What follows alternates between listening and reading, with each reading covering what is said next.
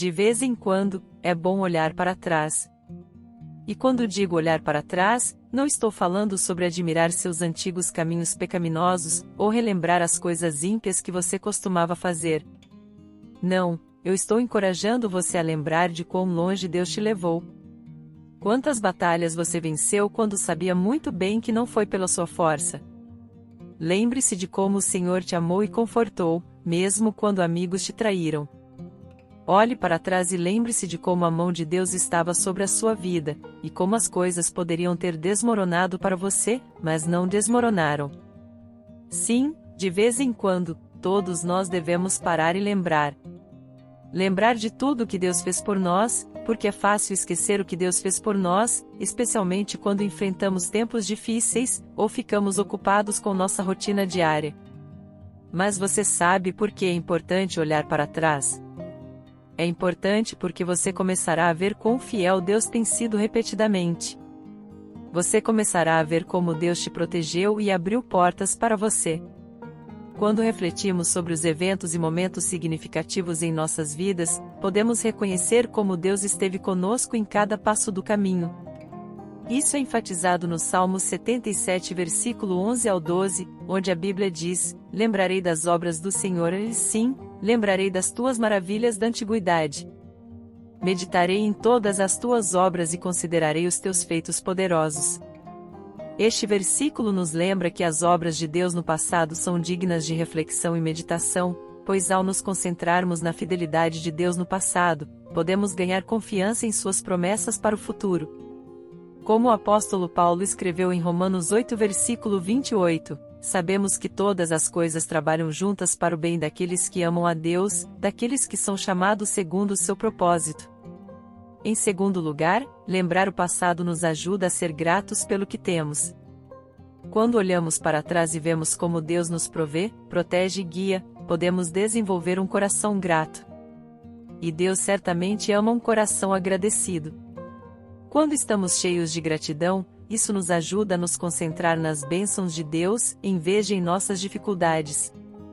Filipenses 4, versículo 6 diz: "Não andeis ansiosos por coisa alguma, antes em tudo sejam os vossos pedidos conhecidos diante de Deus pela oração e súplica com ações de graças."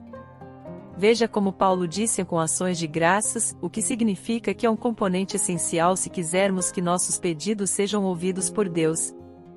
Ao sermos gratos, desenvolvemos um relacionamento mais profundo com Deus, reconhecendo-o como a fonte de nossas bênçãos.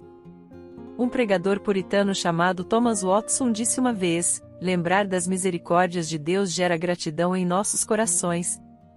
Além disso, lembrar do passado nos ajuda a compartilhar nosso testemunho com os outros, pois nossos testemunhos pessoais são ferramentas poderosas para o evangelismo, e podem inspirar outros a buscar a Deus. Ao refletirmos sobre o que Deus fez em nossas vidas, podemos compartilhar nossas experiências com os outros, mostrando-lhes como Deus nos transformou e nos guiou. Em conclusão, gostaria de citar as palavras de um teólogo cristão chamado J. Packer, que disse: "O passado é uma fonte de conhecimento e o futuro é uma fonte de esperança." O amor pelo passado implica fé no futuro. Eu quero compartilhar algo com você. Eu vi muitas pessoas entrarem e saírem da minha vida. Algumas vieram e foram uma bênção. Algumas vieram e foram um desafio. Conheci pessoas que eu pensei que estariam na minha vida por muitos, muitos anos. Mas infelizmente, e muitas vezes inesperadamente, elas partiram. No entanto, também conheci algumas pessoas que, para minha surpresa, se tornaram meus maiores apoios. Eles foram meus companheiros nas coisas de Deus. No entanto, por uma razão ou outra, eles vieram por uma temporada.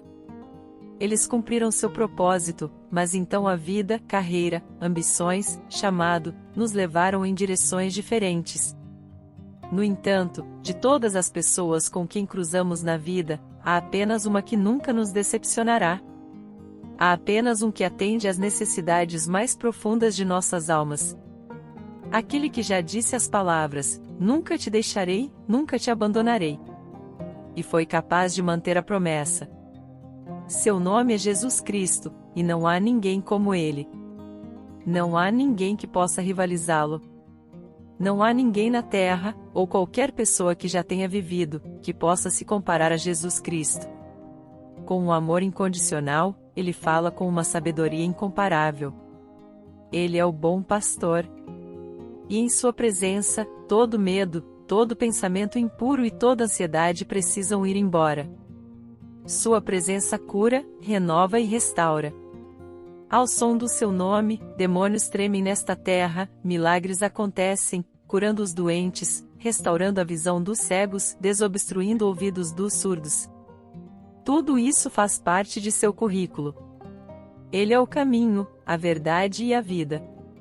E assim, querido amigo, quando você abrir seu coração e abraçar tudo que Jesus Cristo tem a oferecer, isso afetará sua vida. Essa decisão é aquela que transformará radicalmente sua vida.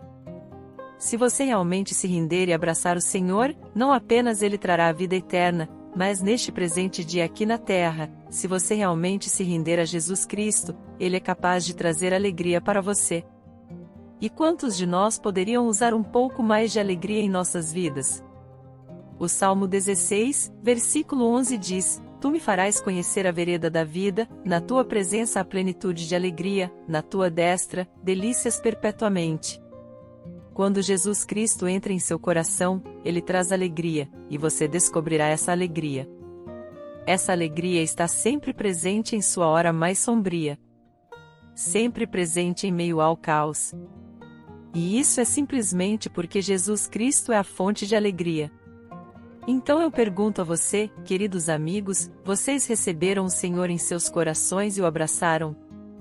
Vocês conheceram aquele que pode oferecer uma graça incrível? Vocês conheceram aquele que pode curar suas cicatrizes mais profundas? Vocês conheceram aquele que ressuscitou Lázaro dos mortos? Se sim, vocês podem aceitá-lo em suas vidas hoje e ele entrará em seus corações. Ele é aquele que pode renovar, restaurar e rejuvenescer. Jesus Cristo, o Filho de Deus. Ele está esperando por você para buscá-lo. Agora, pode haver alguém que chegou ao ponto em que está tão baixo que pensa que Deus se esqueceu de você. Pode haver alguém que se encontra hoje em um ponto de incerteza. Você não sabe se deve virar à esquerda ou à direita. Você não sabe se deve chorar ou sorrir.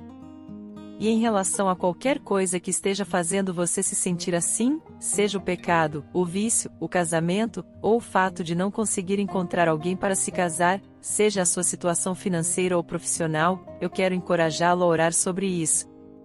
Reze sobre isso antes de desistir. Reze sobre isso antes de procurar em outro lugar. Reze sobre isso antes de procurar alguém. E a razão pela qual estou dizendo para você rezar sobre isso é porque com frequência nos colocamos em certas posições e nos perdemos no mar dos nossos problemas. Quando começamos a remar, tentando encontrar uma saída dos nossos problemas, tentamos usar nossa própria força para sair das confusões em que estamos.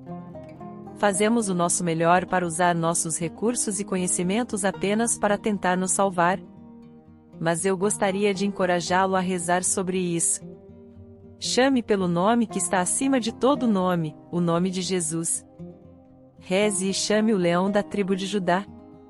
Responda para mim, o que você faz quando tudo aparentemente luta contra você?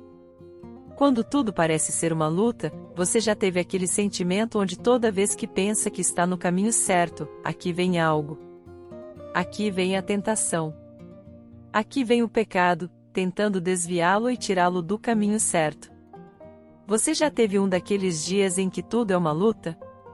Sua jornada para o trabalho parece ser uma luta. Você chega ao trabalho e o ambiente está hostil naquele dia. Você chega em casa e algo inesperado acontece, uma carta inesperada, uma conta inesperada. Já tive dias em que fui forte, dias em que sinto que posso voar com asas como águia. Dias em que em oração sinto que posso tocar as portas do céu. Passam 10 minutos. Passam 20 minutos, e ainda sinto que estou apenas começando. Esses são os dias em que me sinto como um matador de gigantes. Sinto-me empoderado pelo Espírito Santo. Mas há outros dias, dias em que, se tento rezar, parece que estou próximo de uma parede de tijolos, e minhas palavras apenas continuam batendo e não vão a lugar nenhum. Você já teve um dia em que tudo é uma luta? Você tenta ler a palavra, mas isso se torna uma batalha. Você tenta orar, mas isso também se prova uma luta. Você coloca algumas músicas de adoração, mas ainda está lutando. O que você faz? Há dias em que sinto como se certamente Deus não pudesse me perdoar novamente. Você conhece o tipo de dias em que se sente sobrecarregado. Você sente como se o pecado deixasse uma mancha, uma marca em você que não pode ser removida. Sim, passei por dias em que senti que Deus não queria salvar alguém como eu, com todos os meus problemas e o pecado com que luto.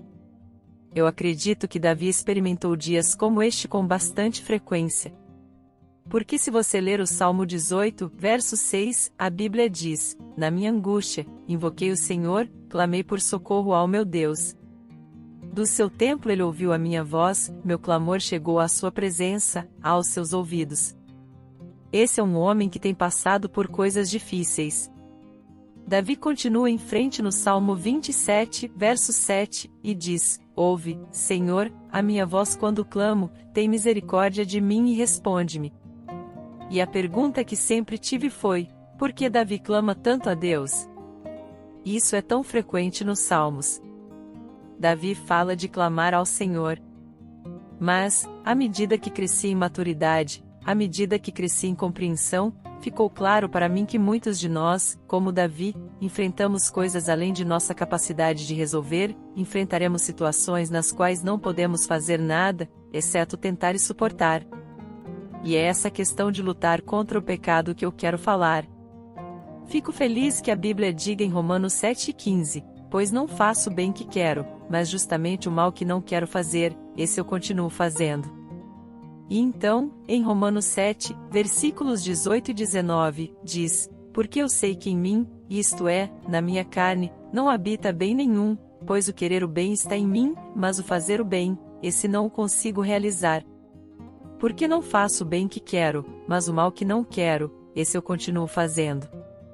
É surpreendente que o apóstolo Paulo, um servo da lei, um homem que Deus realizou milagres através dele, esteja abrindo sobre a luta contra o pecado.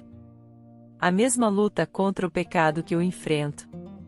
Ele deve ter tido seus dias bons, dias em que ele estava forte e poderia expulsar demônios em nome de Jesus, ou colocar as mãos sobre os doentes e curá-los. Mas este mesmo Paulo também teve dias ruins em que sentia que dava um passo à frente e dois para trás. Mas aqui está a questão. Provérbios 24:16 diz: Pois 7 vezes cairá o justo, e se levantará, mas os ímpios tropeçarão no mal. Você vê, embora lutemos contra o pecado, só podemos vencê-lo em Jesus, embora caiamos, só podemos nos levantar com a ajuda da lei, embora possamos realmente tropeçar, é em Jesus que temos terreno firme. Espero que tenha gostado deste vídeo. Compartilhe com mais amigos e amigas. Peço que se inscreva no canal. Até mais!